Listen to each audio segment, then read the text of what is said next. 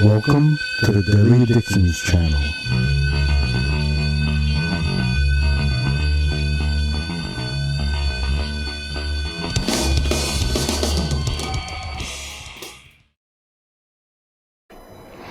Hello, how's everybody doing?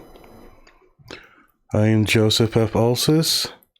This is the Daily Addictions channel. I'm going to be talking about a superhero role-playing game that I'm starting on Roll20 site. And I figured this will be the second night of live streaming. I did not a second night in a row, maybe. I did a Facebook live stream, which was over 2 hours. So this is a little bit of an experiment. I'm still recovering from a hand that got slammed in a door. And I'm going to show a couple of screenshots here and there. Well, actually, I'm going to show the site that I use. I did this before on my Advanced Dungeons & Dragons channel or live stream. And I'm trying to bounce back and forth between Facebook, YouTube, seeing how long I can keep up my voice. And like I said, 2 nights in a row, and I recorded over the weekend. So this should be interesting, at least for me, and more of an experiment. So just like I did with the Dungeons and Dragons, I started a small campaign just to get things started with a friend, and he helped me out with the site. I've been using Roll20. I showed some Advanced Dungeons and Dragons stuff I did, and explained how we have the character sheets for The Witcher. Roll Die 20 lets you have 3D dice. It'll let you put in tokens or its version of miniatures. And I did the same with a superhero campaign. Now, the superhero campaign is more for me a quicker, easier way to get players involved. Dungeons and Dragons can get a little complicated. It's very complex to some extent, although the 5e system seems to be geared more towards a quicker, more cookie cutter type of gaming. So you'll be able to get in easier. I particularly like to use the 2nd edition rules. In any case, there'll be a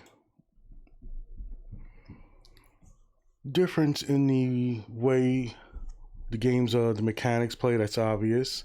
I explained a little bit of this in a role-playing update vid that I uploaded. And basically, the easy thing to do would be, in Dungeons & Dragons, you could pick quick backgrounds and get everybody to start quick. You could have pre-generated characters. Just hand them out around the table. And you can get that going pretty easy. So you can do the same thing with Marvel superheroes. People can even play pre-generated characters like Spider-Man and Captain America, Superman, Wonder Woman. So right off the bat, I didn't want to limit any of the comic genres that people like. So I want to have a role-playing campaign, and if someone wants to play Superman and someone wants to play Captain America, it doesn't have to be 2 different worlds, colliding.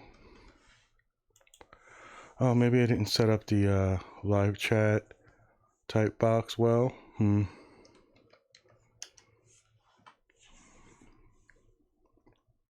I'm trying to monitor everything. This is still experimenting for me. I'm getting a little better at it, hopefully, here and there.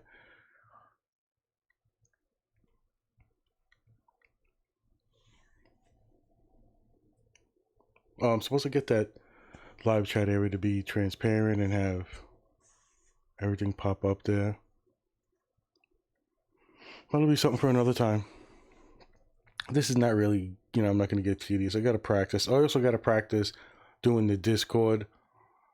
Because although the Roll20 system or the site has a camera and mic set up, people, when you're using Discord, it's easy for them to just use their phone, things like that. So we'll see what happens.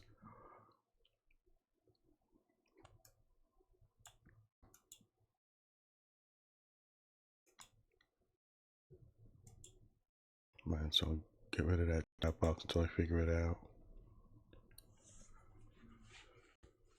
All right.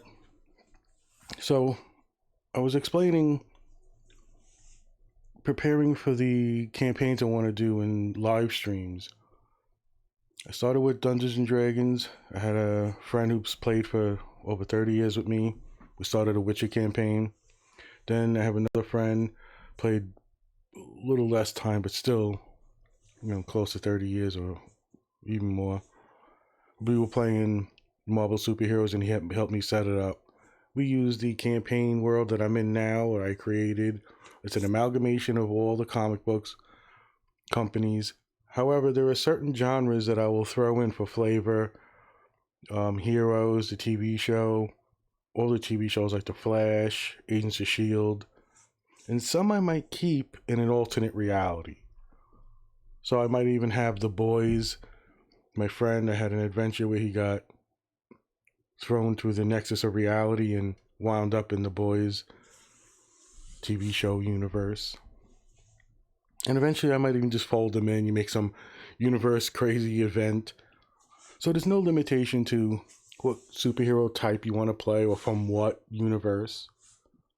And the way it's easy is to get people to play is to say how we contacted each other, how we know each other online is the way I recruit you. So, for instance, one of the new players I met a couple months ago online in a debate community. I think the topic was, well, maybe not the topic of the debate, but I was watching a Sam Harris free will type topic, and she had mentioned something about spirituality, and it kind of reminded me of Sam Harris's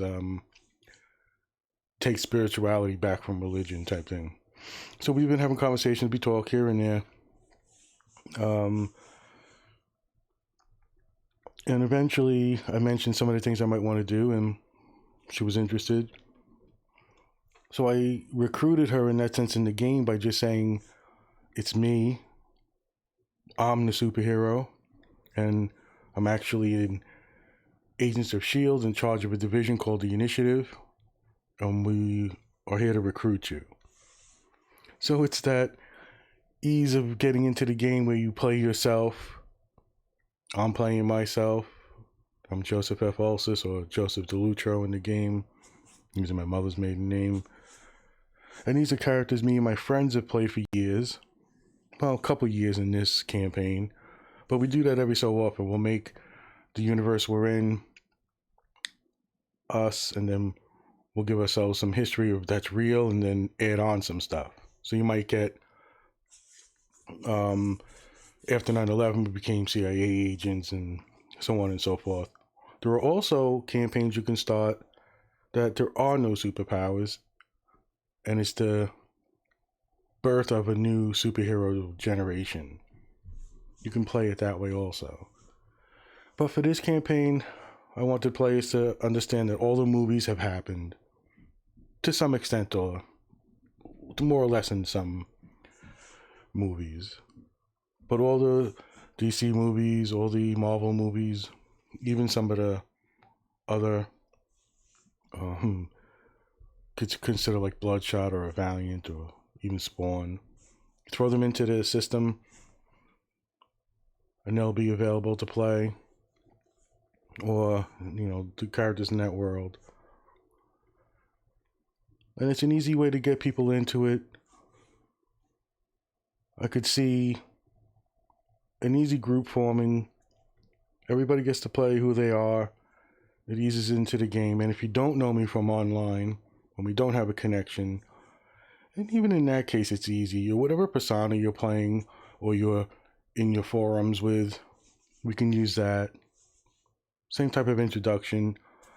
We're getting recruited by SHIELD or some other division, or given an origin could be unique. It could be that we've monitored you, and because of some movie event, it triggered a power. Or you've always had a power and hasn't manifested yet. Or giving someone a power, an experiment. All those things will come and go. However, looking at it now, with a little bit of experience under my belt, it looks like I would need maybe 1 or 2 private sessions would be best. This way, if people don't know the system, aren't familiar with everything, you can give them an origin, introduce them into the world, and then get them into a group with just maybe 1 or 2 private mini sessions. This gives time for the players to understand the card system, and I'll explain that in a second. So for playing the superhero RPG, I settled on the Marvel Saga system. Basically, when TSR was bought out and the Wizards of the Coast bought them, they changed things up with the dice system and tried with Dragonlance a Saga system, which depended on a Fate deck. And that's what I'll be using for the Marvel superheroes. It wasn't long after that Marvel came out with the Saga system. It came out with several books and roster books. There was a lot of material online to look for to print up your own character sheets, and I'll get into that eventually in the future. But it's an outdated system, but I love it. It has a impact on the game for me. There's nuance. It gives a little bit of surprise for the game master. And then I'll show next what I've done in the game. So like I did with the AD&D, I showed some of the maps. I'm going to show a map which is horrible of the helicarrier. There's a Lego helicarrier, but it serves its purpose for getting started and giving an idea.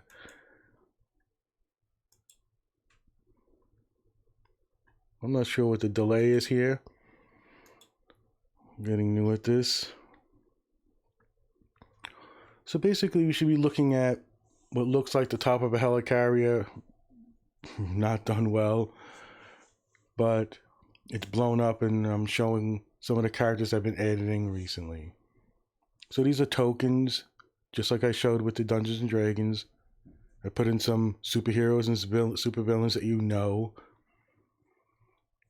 You can recognize them easily off the bat. This is the site I want to use at first anyway. It's a free site. You could upgrade for bells and whistles. And there's another site I got my eye on, which is a little more expensive and has, high-end assets and maybe a more streamlined playing. This uses the browser, so I've been happy with it so far. It has its own audio and video. There'll be a Discord link technically at times where in my links you can check my Discord mindful meditations. I have a section now with role playing. I plan on scheduling it there, having a voice chat for role playing talk and live role playing. So the 1 or 2 private sessions would be optimal. You got a couple of people who want to play, and one of them's around and there's no one else around. They go, great, let's hop into the Discord, talk about the system. There's a link to download the rule book if you wanted to. I wish I could find an easy way to do it, maybe in the future. So you can learn about the Marvel Saga system on your own if you wanted to. Then it would be introducing your character to the world, giving you the rundown, and getting a little bit of experience. And that usually unfolds in a training sort of montage.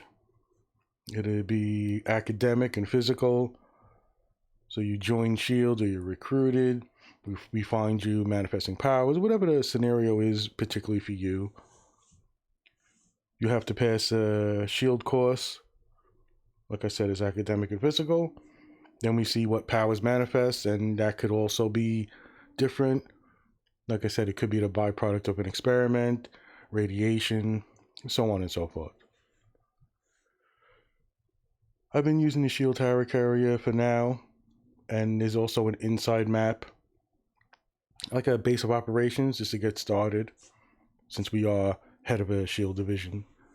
Some of the main characters that are a little more experienced. So I'm not sure if what's showing yet on the actual live portion of the show. I got to get used to the different monitors I'm using in the setup and what's actually showing on the screen compared to what I'm talking about.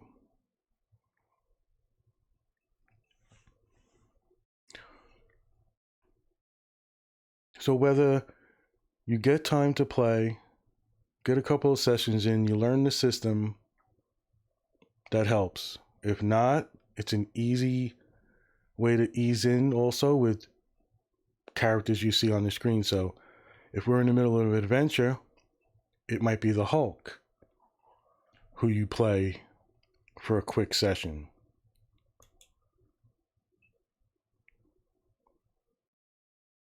It could be Spider-Man or Superman comes in to save the day. And this could be for people who jump in, they're late, they haven't have a character made up. Now, if there are people in the live chat at times, you could do the same with them. They can also just describe what they want to do, how they want to help out. And I'll try to keep that in mind like I would with Dungeons & Dragons, where there's a core group of players, 4 or 5, we're playing, and it gets popular, gains some traction, and then people are in the live chat, but they want to get involved. So there could be a bank robbery in the city, 2 characters are playing, a couple of people join in the live chat, they didn't got Discord, but they want to have fun. Okay, Spider-Man and Cyclops show up. So I'm trying to think of ways to get people in, make it quick, get immersed. The site seems to help a lot with that. Eventually the grids, the boxes you see represent the dimensions, so you'll know what villains are around you, what the distance is between you.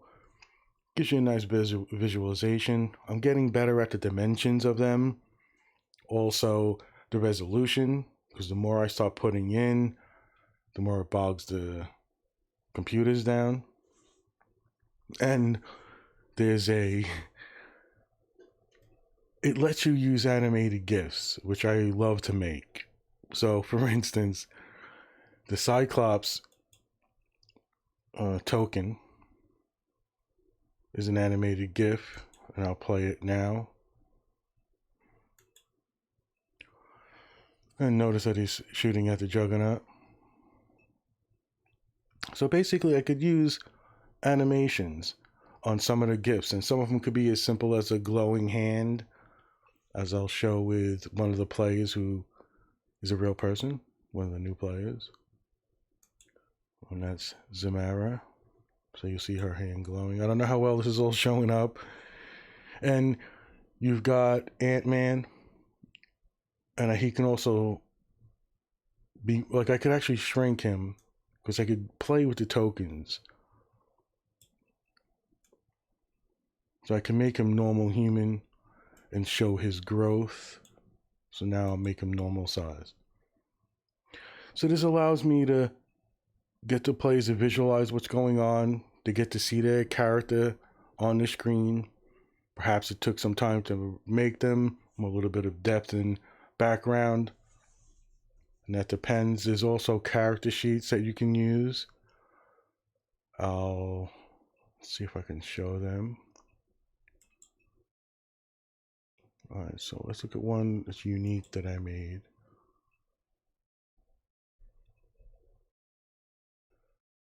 So I'm not sure how much this will show because I didn't have it set up. So I'd have to know how much of the screen would be showing at certain times. with this pop out coming out. But it could give you an indication. There are character sheets which you could use that'll show you your stats, your image, your picture you're looking like. You look like. You can change your uniforms in that sense. Where I go into Photoshop and I'll take an image and put logos on it, like the Shield logo, or sometimes you might have a mentor, things like that. And there's also the Marvel Saga system I was able to implement into the game. So this was tedious work. I had to go in and isolate each card. Let's see what happens if I show it.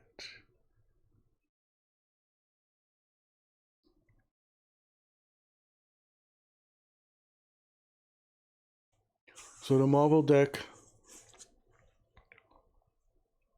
it's probably covering Giant Man, Ant-Man, and it allows me to use the Marvel Saga system the way it's supposed to be used.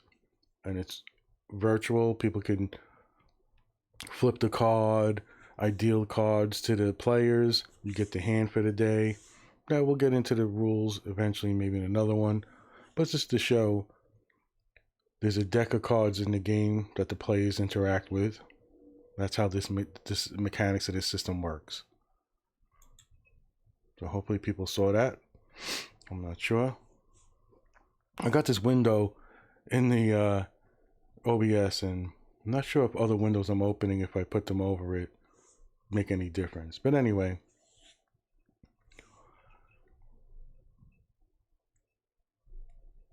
I really like the Marvel Saga system for this. There are other systems that can be used, but for me, I prefer this.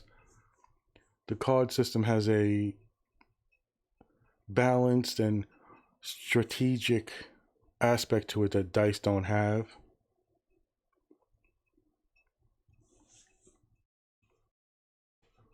Now the animations can also be paused. So I could pause Cyclops' animation. Now I've used this so far. I did a couple of, well, let's say about 3 or 4 adventures now, counting the one I do with my friend. But he's so experienced, and he helped me so much that the real test was getting new players in and just do a little writing, start the campaign, and see where it goes. And I've had so much fun. I hope the players have fun too. There's a level of surprise that the Marvel Saga system brings that the dice don't. See, I'm getting distracted by noticing the changes I'm making. Gotta get used to the delay and stuff and what I'm going to pay attention to. But that's why I'm doing this. Not even sure how well I'm coming over, if the volume is echoing or...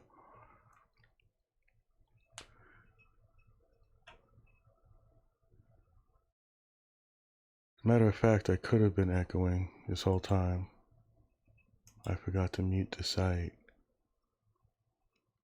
I wonder how that's going to... I'm sorry if people are listening and it was a mad echo. I didn't hear it in my headphones though. So I'm going to start over. But in a quick roundup, I had a live stream where I showed the Witcher campaign for 2nd edition Dungeons & Dragons. Now I'm showing the SuperHero RPG campaign I'm running. There are various tokens, miniatures if you want to call them.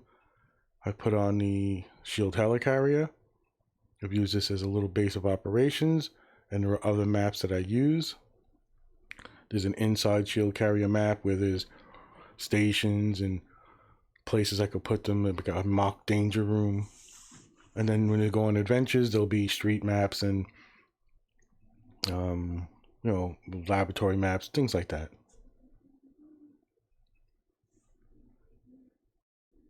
Recapping a little bit, the Marvel Saga system lets characters get into the game quicker, in my opinion. And if you know me online, that's even more fun because I could use it as a strategy and say the reason why we've been talking online is I've been looking to recruit you into SHIELD initiative. So yeah, it's me, Joseph. I'm the superhero, and my friends in real life that play the superheroes. And even the two people who started new, learning the system from scratch, they're their own real life personas turned into superheroes. Had a couple of sessions getting better at it. Got the Marvel Fate deck into the game.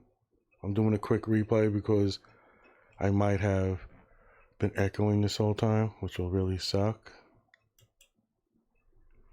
So I'm showing the Marvel deck again, which will probably block out Ant-Man. Or it's up in the right corner right now for me. You see Spider-Man, several of the characters is Venom, Shazam, Dr. Sivana, Green Goblin.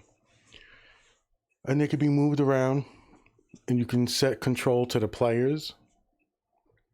So a player can control their own character, even others if they're NPCs, I guess.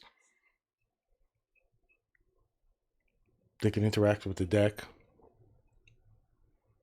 Obviously, I would deal a hand to each player, and they're able to look at the cards as a strategy.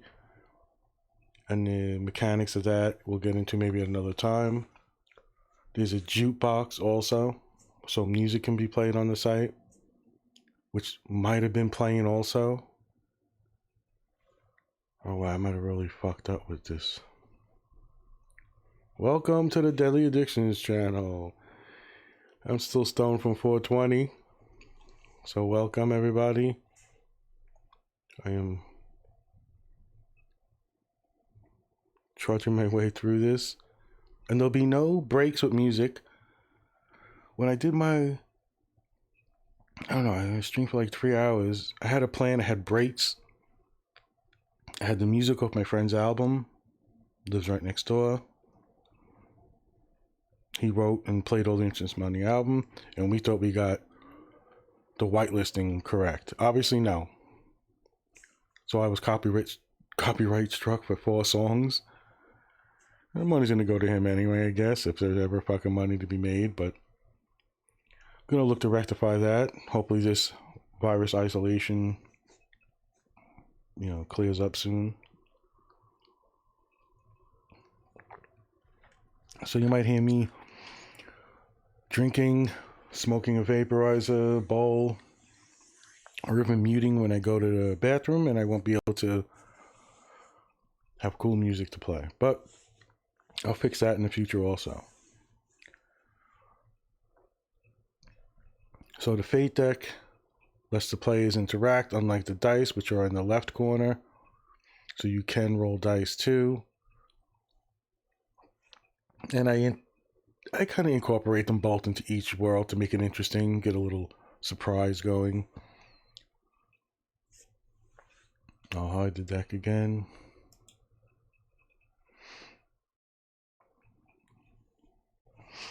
All right. So I'm going to guess that I was echoing, or things were going on. Smoking out of a bowl.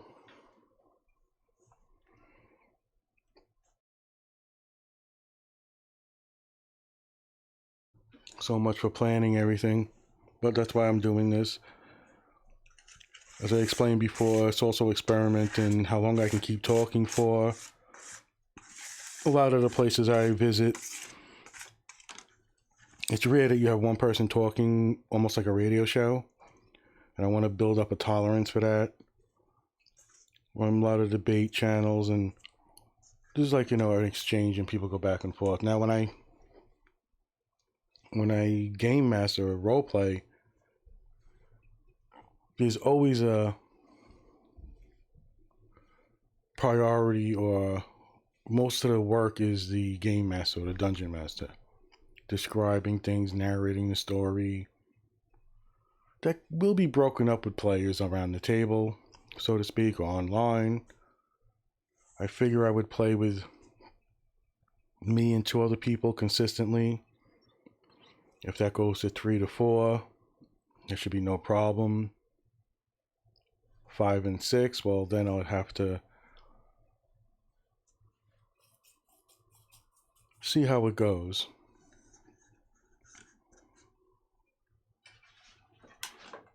Ready for the lighter?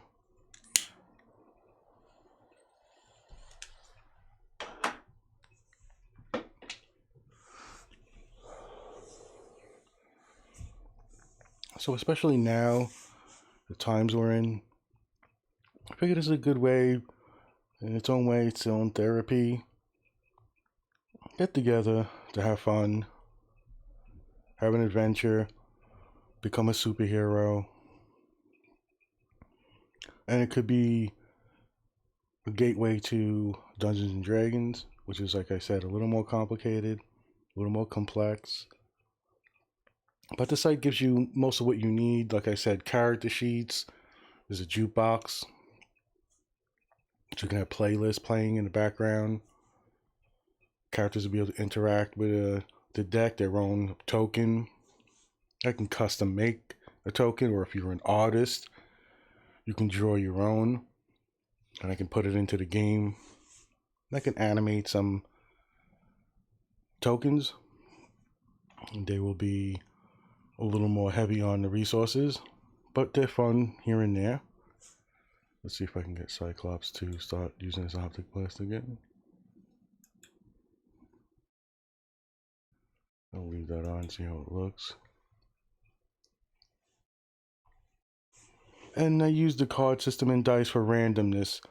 So if I have an outline of a character and I got an idea, I want your input. So I don't want to give a character 3 powers that they don't like or don't want. So there is a little bit of like, what do you want to be? What kind of powers you want to have? And then an added randomness to it. The first 2 adventures, if I can get the opportunity to do solo, is also an opportunity to have the power set grow a little naturally. So you might start with 3 powers, and then by the second time when you're ready to play with other people, or you got the system down, you've got maybe 5 powers. And they don't all mean all the powers are destructive powers. Some could be healing powers or resistances. So anything you can imagine, the movies you've seen, all visual aids to be able to invoke images from certain movies is real helpful, I think. And especially comic books too. So I think it's a little easier to immerse yourself in a superhero role-playing campaign, get used to it, get to play your own persona or the character that you're online with, get to use that connections that we have, if we do have them, bring it into the game. Or if you're a stranger and you come across this and you eventually get together, it still should be easy. So the assets I put in, I've got a lot now. Before I hurt my hand, I made my folders with superheroes, supervillains. Shit, I'm tired. I've got now some assets. I'll see if I could pan this and get to show it. I started introducing some Quinjets into the game. This way I'll be able to use vehicles and that type of thing. I don't know how else gonna look in the window. And I could stretch to make them bigger for different scenes, to be more to scale. Look at the helicarrier. So I'm hoping this goes on the screen, shows pretty good. And I'm focusing right now on the S.H.I.E.L.D. aspect because it has a great TV show, 5 seasons, maybe going into 6. It links with the movies pretty well. The Netflix shows, all those characters can be played or you'll be seeing them. And that's another great thing, is to have iconic characters join you or fight against you. Pretty hard to do in D&D. Except for the classic monsters and stuff. But unless you're playing a particular campaign, you're going to run around and see Drizzt or Catelyn and, like Aragorn and the Hobbits and those things. That's rare, but in a superhero world, you could be in the middle of an adventure and the card I flip turns into, or flips a card and it's Spider-Man. He shows up in Central Park and helps you with the adventure. Or that a villain shows up, or one that you've seen in the movies, perhaps. So it can make for great fun, great immersion into the game. Something I was looking forward to do with this time off. I've been able to progress a little bit. Plus, some of my side jobs have been slowing down or becoming non-existent.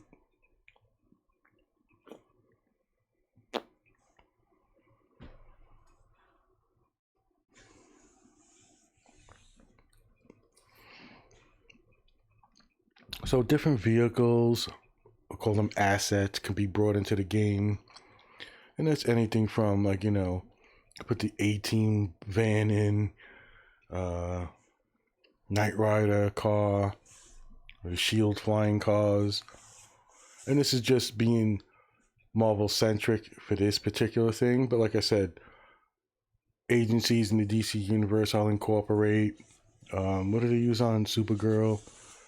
Is the DOE or something like that. They'll all be guest starring and coming in and out of the campaign from time to time. Different cities. I'm also taking, some of the comic book stuff that Marvel did where they had the 50 state initiative. So like we took that over. Although the comics and the movies don't sync up, I kind of blend it in, give a little bit of the flavor when I can. There are several aspects I will touch on, and that has to do with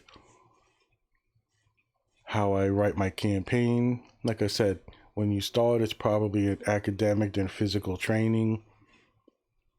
Then you'll get into the protocol of the agency, getting to learn to fly Quinjets, and possibly shield systems on the helicarrier. It's also a way to balance out characters who have powers and characters like Batman and Robin who don't. I think I got a cool Robin asset recently. Did I use Damian Robin? Yeah, I think I took a Damian Robin. Let me see if I can find him real quick.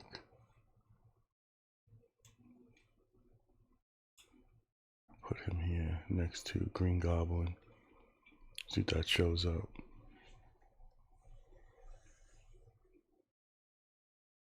In the Marvel Saga system, the card system enables you to play both with equal satisfaction. Although there are limits, obviously. But they do have a mechanic that kind of evens things out where Captain America is viable, leading the Avengers team on a mission against Thanos, where Batman could be viable on a mission against Darkseid, Black Widow, Hawkeye. It's part of the system where technology and experience and other things give you a way of competing and reaching, superhuman feats. There's a number of difficulty you reach that you have to strive for, and the cards allow you to do that. So playing a different character with playing a character with no powers or with powers is not super important. You just want to play what you really are excited about. If you see yourself as a, former cop turned vigilante, you don't got superpowers, that's fine. The Punisher.